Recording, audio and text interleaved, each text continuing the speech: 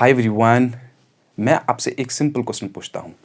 वो है, अगर आपको एक इक्वेशन दी जाएगी एंड आपसे ये कहा जाएगा कि वो इक्वेशन सही है या गलत है एंड आपको उसको चेक करना है, क्या आप चेक कर सकते हो? क्या फिजिक्स में ऐसा कोई रूल है जहाँ से आप ये पता लगा सकते हो कि गिवन इक्वेशन सही है या गलत है? तो मैं, अगर मुझसे कोई ये क्वेश्चन पूछेगा तो मैं बोलूँगा कुछ हद तक, बहुत हद तक ये पता लगा सकते हैं कि गिवन इक्वेशन सही है या गलत है। तो आज है वो हमारा topic. So welcome to Deep Physics. आज का टॉपिक है एप्लीकेशन ऑफ डायमेंशनल एनालिसिस। देखो, जो ये टॉपिक है एप्लीकेशंस, इसके 3 एप्लीकेशन है डायमेंशनल एनालिसिस के। पहला जो इसका एप्लीकेशन है वो है to check the correctness of given equation. ये इसका पहला एप्लीकेशन है। एंड जो इसका सेकंड एप्लीकेशन है वो है to convert a physical quantity, P के नहीं है, पी के देखिए तुम लोगों ने क्या अच्छी है, तो ये फिजिकल क्वांटिटी है P Q. To convert a physical quantity from one system of unit is to another। अभी वेट करो, ठीक है। तीसरा जो इसका एप्लीकेशन है वो है deduce relation among physical quantities. देखो, डायमेंशन एनालिसिस का जो हम ये चैप्टर पढ़ रहे हैं, ये यूनिट्स एंड मेजरमेंट्स का सब टॉपिक है। जो इसकी एप्लीकेशन है, इसकी एप्लीकेशन 3 है। तो पहला एप्लीकेशन इसका है कि आपको एक इक्वेशन दी जाएगी एंड आपसे ये कहा जाएगा कि ये चेक करो कि ये इक्वेशन सही है या नहीं है सही। तो आप कौन सा क्या यूज करेंगे? यही डायमेंशन एनालिसिस। तो हम सीखेंगे, आज का टॉपिक रहेगा इस वाले पे। हम सीखेंगे कैसे हम चेक कर सकते हैं कि गिवन इक्वेशन सही है या गलत है। तो जो इसका सेकंड एप्लीकेशन है वो है, आपको एक फिजिकल क्वांटिटी का जो मेजरमेंट है वो एक सिस्टम ऑफ यूनिट्स में दिया जाएगा एंड आपको बोला जाएगा कि इसका जो वैल्यू है वो दूसरे सिस्टम ऑफ यूनिट्स में बोलो। बिकॉज हमें पता है कि ऑलमोस्ट 3 सिस्टम ऑफ यूनिट जो बहुत प्रोमिनेंट है, उसमें FPS है, CGS है एंड MKS है और SI सिस्टम, ठीक है। तो आपको एक सपोज G है, पता है, ग्रेविटेशनल कांस्टेंट, जो यूनिवर्सल लॉ ऑफ ग्रेविटेशन है न्यूटन का। अगर नहीं सुना है तो कोई बात नहीं, वहाँ पे G एक कांस्टेंट होता है जिसका वैल्यू होता है 6.67 × 10⁻11। लेकिन वो किस में होता है? वो SI में होता है। तो आपसे पूछा जाएगा कि यार इसका जो वैल्यू है वो CGS में बोलो। तो आप किसका यूज़ करोगे? हम ये कर सकते हैं, इसका यूज़ कर सकते हैं, निकाल सकते हैं सारी क्वांटिटीज़ का। आपका अगर मैं बोलूँगा अभी कुछ वेलोसिटी है SI में, ये तो ये कन्वर्ट करके दिखाओ CGS में एंड मुझे उसमें वैल्यू बताओ इसका। कुछ न्यूटन का फोर्स है किसी सिस्टम ऑफ यूनिट्स में, आपसे बोला जाएगा कि दूसरे सिस्टम में ये कितना फोर्स है। You understand? तो आई होप। तो एंड तीसरा क्या है? एंड आप पता है, ये डायमेंशन एनालिसिस का यूज करके आप फार्मूलाज बना सकते हो खुद से। हाँ, बना सकते हैं फार्मूलाज। हम आपको बस इतना पता होना चाहिए कि जो गिवन फिजिकल क्वांटिटी है वो किस क्वांटिटी पे डिपेंड करती है। समझ आ रहा है? जैसे अगर आपको बोला जाएगा कि वेलोसिटी जो है वो डिपेंड कर रही है टाइम पे एंड वो डिपेंड कर रही है लेंथ पे, तो मैं आपको गारंटी दूंगा, अगर आपको पता भी नहीं है वेलोसिटी का फार्मूला, आप इस पे जाओ, आप इस पे पहुंचोगे। लेंथ ओवर टाइम, ये फार्मूला आप बना सकते हो। इसी तरह से अगर आपको बोला जाएगा कि जो फोर्स है वो डिपेंड कर रहा है मास एंड वो डिपेंड कर रहा है एक्सेलरेशन पे, तो आप अच्छे से इस कंक्लूजन पे पहुंचोगे। जो फार्मूला आएगी वो आपको ऐसे आएगी, F=ma। इवन दो आपको नहीं पता है फॉर्मूलाज पहले, लेकिन इस प्रिंसिपल का यूज करके, जो डायमेंशन एनालिसिस है इसका यूज करके आप फॉर्मूलाज खुद से बना सकते हो। तो ठीक है, इसको एंड करते हैं एंड स्टार्ट करते हैं ये वाला टॉपिक। आज का टॉपिक ये रहेगा, जो वीडियो आएगा नेक्स्ट वो इस पे आएगा एंड जो तीसरा वीडियो आएगा वो इस पे आएगा। देखो, अगर अगर आपके पास आप सपोज इस चीज़ को समझने के लिए एक बहुत सिंपल एग्जांपल लेते हैं, एंड मुझे लगता है इस एग्जांपल से आपको इस टॉपिक का बड़ा फील आ जाएगा। देखो, मेरे पास 3 बंदे आए, इन्होंने 3 इक्वेशंस लाई, एंड उन्होंने मुझे बोला कि सर हमें ये चेक करनी है कि क्या ये इक्वेशन सही है या गलत। एक बंदा आया, जो पहला बंदा था, उसने लाई थी ऐसी equation, s is equals U T plus half of A T square, इस तरह की इक्वेशन। जो दूसरा बंदा है, उसने लाई थी s equals U T minus half of A T square.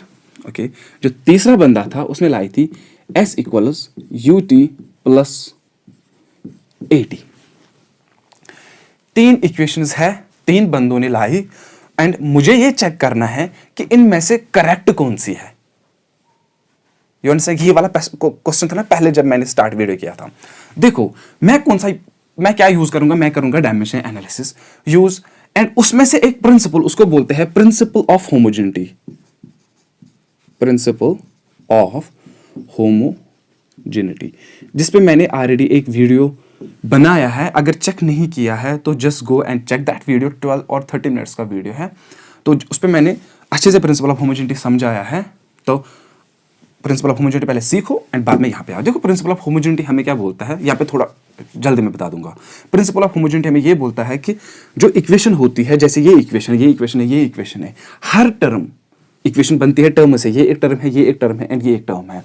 Her term के जो डायमेंशंस होने चाहिए वो सेम ही होने चाहिए, और हर टर्म सिमिलर होनी चाहिए। जैसे ये डिस्प्लेसमेंट है, तो ये क्वांटिटी भी लेंथ को रिप्रेजेंट करनी चाहिए, एंड ये पूरी क्वांटिटी भी लेंथ को ही रिप्रेजेंट कर लेनी चाहिए, बिकॉज ये डिस्प्लेसमेंट है, डिस्प्लेसमेंट लेंथ को ही रिप्रेजेंट करता है। इसी तरीके से अगर तुम्हारे पास कोई और इक्वेशन है, जैसे v is equals you plus A T, अगर ये वेलोसिटी को रिप्रेजेंट कर रहा है तो ये भी वेलोसिटी को ही रिप्रेजेंट कर लेनी चाहिए, एंड ये वाला भी पूरा टर्म वेलोसिटी को रिप्रेजेंट कर लेना चाहिए। और बाद में मैंने ये भी बोला था कि एक्चुअली अगर इसके डायमेंशंस कुछ है, इस पूरी टर्म के भी वही डायमेंशन होने चाहिए, एंड इस पूरी टर्म के भी वही डायमेंशन होने चाहिए।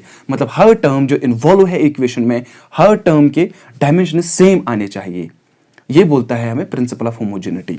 तो वही प्रिंसिपल ऑफ होमोजेनिटी यहाँ पे यूज करेंगे एंड सीखेंगे। तो अगर हर टर्म के डायमेंशन सेम आए तो मैं बोलूंगा कि ये इक्वेशन करेक्ट है। अगर हर टर्म के डायमेंशन सेम नहीं आए तो मैं बोलूंगा कि ये इक्वेशन गलत है, ये इक्वेशन सही नहीं है। तो पहले यहां पे चेक करते हैं, जो s है ये डिस्प्लेसमेंट है, मतलब कि ये लेंथ है, तो इसके जो डायमेंशंस आएंगे, मास में 0, लेंथ में 1, टाइम में 0, बिकॉज ना मास है ना टाइम है, इसमें सिंपल लेंथ है। इसी तरीके से ut है, u होता है initial velocity equation of motion में, एंड t है टाइम। देखो u क्या है, वेलोसिटी क्या है, डिस्प्लेसमेंट ओवर टाइम, डिस्प्लेसमेंट मतलब length over time into time, वहां पे खुद का है तो टाइम होगा ना खत्म, तो इसका निकलेगा मास में 0, लेंथ में 1, टाइम में 0। You understand? इसी तरीके से जो 1 और 2 है ये कांस्टेंट है, तो ये भी बोला था कि कांस्टेंट्स के डायमेंशन नहीं होते हैं, लेकिन उन्हीं कांस्टेंट्स के डायमेंशन नहीं होते हैं जिनका यूनिट नहीं होता है, लेकिन वो कांस्टेंट्स जिनके यूनिट्स है उनके डायमेंशंस होते हैं। जैसे 9.8 जो g होता है constant, acceleration to the gravity 9.8 meters per second square, ये कांस्टेंट क्या है, ये कांस्टेंट है विद यूनिट, तो इसका मतलब डायमेंशन होंगे, एंड आपको पता है जो g के डायमेंशंस होते हैं। लेकिन ये 1 और 2 है, ये सिंपल कांस्टेंट है, इसका डायमेंशन नहीं है, तो इसको छोड़ देते हैं। जो एक्सेलरेशन है, एक्सेलरेशन क्या है, ये वेलोसिटी, ध्यान रख लेना, ओवर टाइम है, इनटू टाइम स्क्वायर खुद का है वहां पे। वेलोसिटी क्या है, displacement over time, displacement over time, ये टाइम तो नीचे ही ना, इनटू टाइम स्क्वायर, ये 2t एंड ये 2t खत्म हो जाएंगे, वहां पे क्या निकला, डिस्प्लेसमेंट क्या होता है, लेंथ होता है, तो डायमेंशंस आएंगे मास में 0, लेंथ में 1, टाइम में 0। तो मैंने देखा इस इक्वेशन के हर टर्म के डायमेंशन सेम ही है, मास में 0, लेंथ में 1, टाइम में 0, मास में इस पूरी टर्म के मास में 0, लेंथ में 1, टाइम में 0, इस पूरी इक्वेशन के टर्म के मास में 0, लेंथ में 1, टाइम में 0। तो मैं बोलूंगा कि ये इक्वेशन जो बंदे ने लाई, पहले बंदे ने लाई, ए बंदे ने लाई, तो डायमेंशनली करेक्ट इक्वेशन है। अब जाते हैं इस वाले इक्वेशन पे, तो देखते हैं यहां पे क्या है, यहां पे सिंपल, यहां पे प्लस है एंड यहां पे माइनस है, बाकी सारा सेम ही है। तो जो ये है, ये डिस्प्लेसमेंट है, मास में 0, लेंथ में 1, टाइम में 0, ये ut है, ये ut है ना, तो इसको लिखेंगे मास में 0, लेंथ में 1, टाइम में 0। ऐसे ही कर लेना, ये वेलोसिटी है, length over time, displacement over time, ये टाइम खत्म हो जाएगा तो सेम आएगा। इसी तरीके से ये हाफ ऑफ AT स्क्वायर है, मास में 0, लेंथ में 1, टाइम में 0, इसी तरीके से निकाल लेना।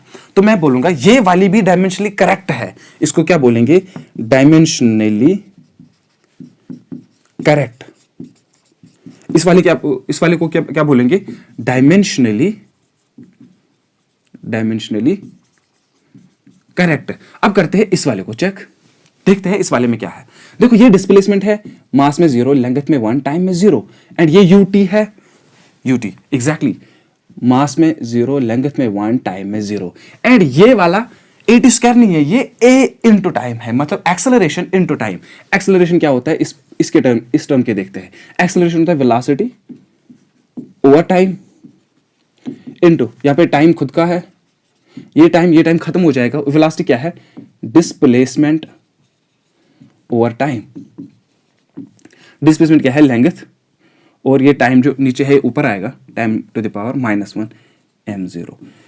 जरा देखो यहां पे m0 L1 T0, m0 L1 T0, इस वाले पे sorry, m0 L1 T0, m0 L1 T0 second term की जो है, एंड AT के m0 L1 T-1, मतलब कि ये इक्वेशन डायमेंशनली करेक्ट नहीं है। तो मैं बोलूंगा सी बंदे को, भाई जो तुमने जो इक्वेशन बनाई है वो गलत है।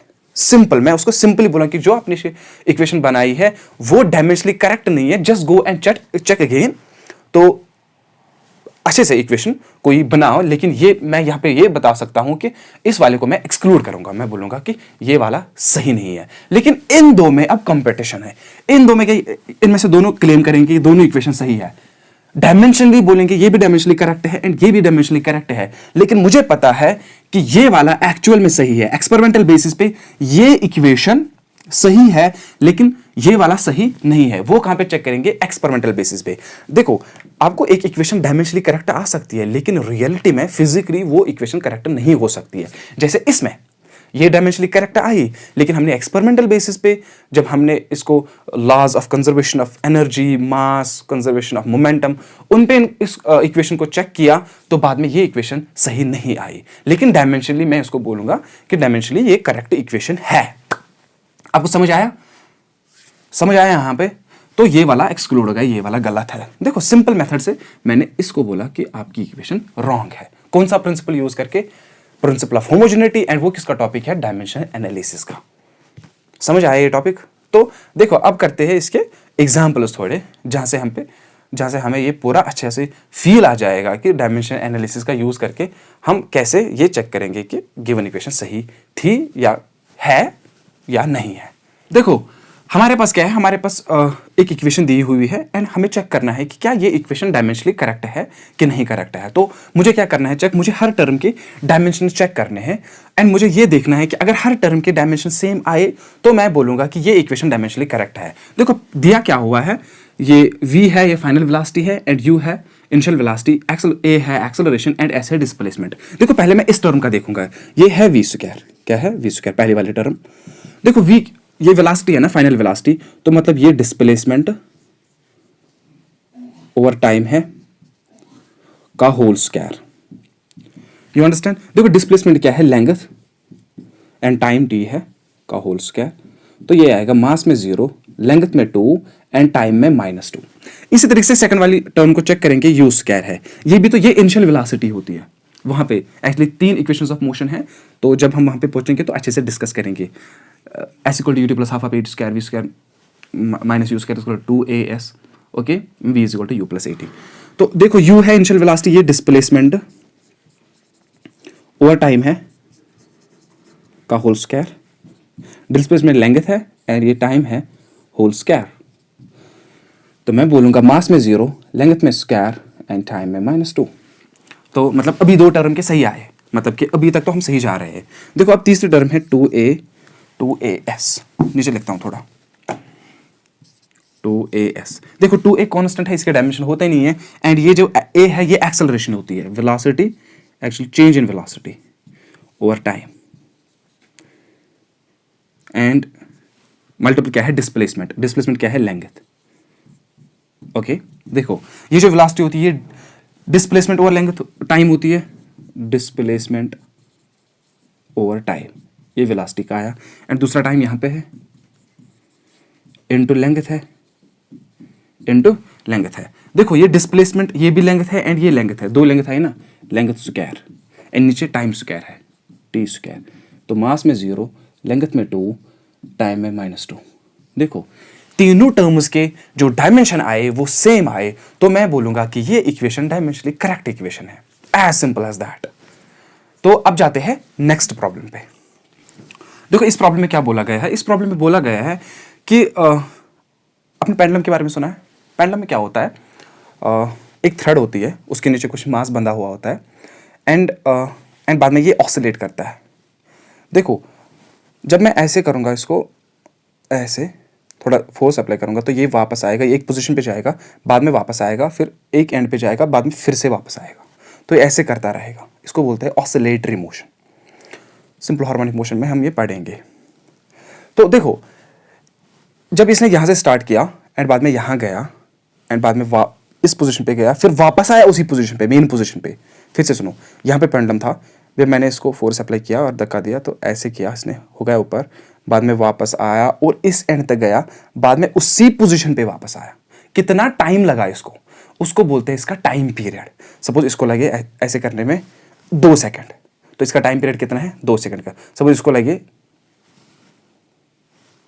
3 सेकंड, तो कितना टाइम पीरियड है, 3 सेकंड्स का टाइम पीरियड। और सिंपल ऐसे बोल सकते हो, यहाँ से वापस यहाँ तक कितना टाइम लगा, उसको भी टाइम पीरियड ही बोलते हैं, वो सेम ही होता है। यहाँ से वापस यहाँ कितना टाइम पीरियड, 3 सेकंड के 4 सेकंड, 5 सेकंड, 10 सेकंड, वो किस पे डिपेंड करता है, ये वहीं से बोल रहा है कि वो डिपेंड करता है लेंथ पे ऐसे and acceleration due to gravity पे ऐसे। क्या ये सही है, क्या ये सही है? डायमेंशनलेशन बोले कि इसको चेक करो कि क्या ये डायमेंशनली करेक्ट है कि नहीं करेक्ट है। तो मुझे लगता है कि आपको इसको ट्राई कर लेना चाहिए, तो वो सही रहेगा। Just try it, pass the video and try it. चलो, होप कि आपने ट्राई की होगी। देखो सिंस मुझे जो प्रिंसिपल ऑफ होमोजेनिटी बोलता है, वो बोलता है कि अगर इक्वेशन में कुछ टर्म्स है तो हर टर्म के डायमेंशन सेम आने चाहिए। देखो इसमें ये टाइम पीरियड की बात कर रहे हैं ना, टाइम पीरियड का मतलब होगा टाइम।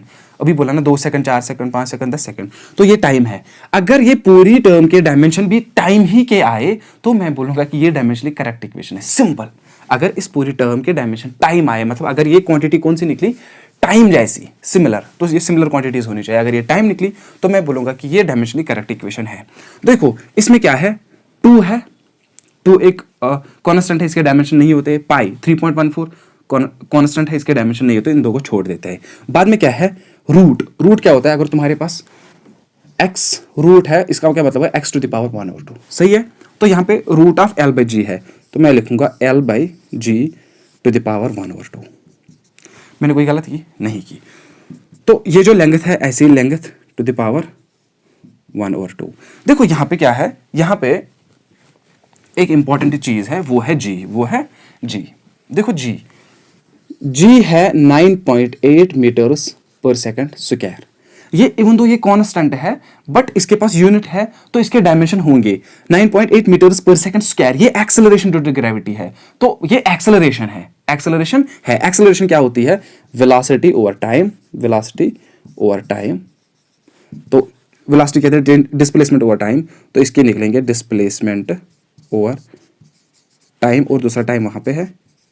डिस्प्लेसमेंट लेंथ है, मास में 0, लेंथ में 1, टाइम में -2, इसके डायमेंशंस आएंगे। तो ये मतलब लेंथ एंड t -2, मास को छोड़ देते हैं क्योंकि मास है नहीं। तो इस लेंथ को ऐसे लिखेंगे, लेंथ डिवाइड बाई इस g के बदलेंगे, लिखेंगे L1 t -2 to the power 1/2 है। सबका आपको समझ आया, लेंथ के बदले L लिखा and acceleration due to gravity के जो डायमेंशंस है वो मास में 0, लेंथ में 1, t में -2 है, तो हमने मास को छोड़ा, तो लेंथ L1 t -2 यहाँ पे लिखा। देखो ये L1 खत्म हो जाएगा, ये कट जाएगा, तो वहाँ पे क्या रहा, 1/t to the power -2 raise to the power 1/2। ये t टू द पावर -2 ऊपर जाएगा, t to the power 2 to the power 1/2। ये स्क्वायर एंड 1/2 खत्म हो जाएगा, तो ये क्या आया, टाइम। देखो ये पूरी term time I, and since left भी टाइम था, तो मैं बोलूँगा कि हर टर्म के जो डायमेंशन है वो सेम है, तो ये इक्वेशन डायमेंशनली करेक्ट इक्वेशन है। आपको समझ आया? तो आप इसको एक और लेवल पे जा सकते हो। जो इसके एक्चुअली प्रॉब्लम्स है वो मैंने प्रिंसिपल ऑफ होमोजेनिटी पे डिस्कस किया है। वहाँ पे हमें जो अननोन क्वांटिटीज़ है वहाँ पे हम इनके वैल्यूज़ और इनके डायमेंशंस फाइंड कर सकते हैं। तो प्रिंसिपल ऑफ होमोजेनिटी ज़रूर देख लेना। तो thank you for watching and thank you for supporting.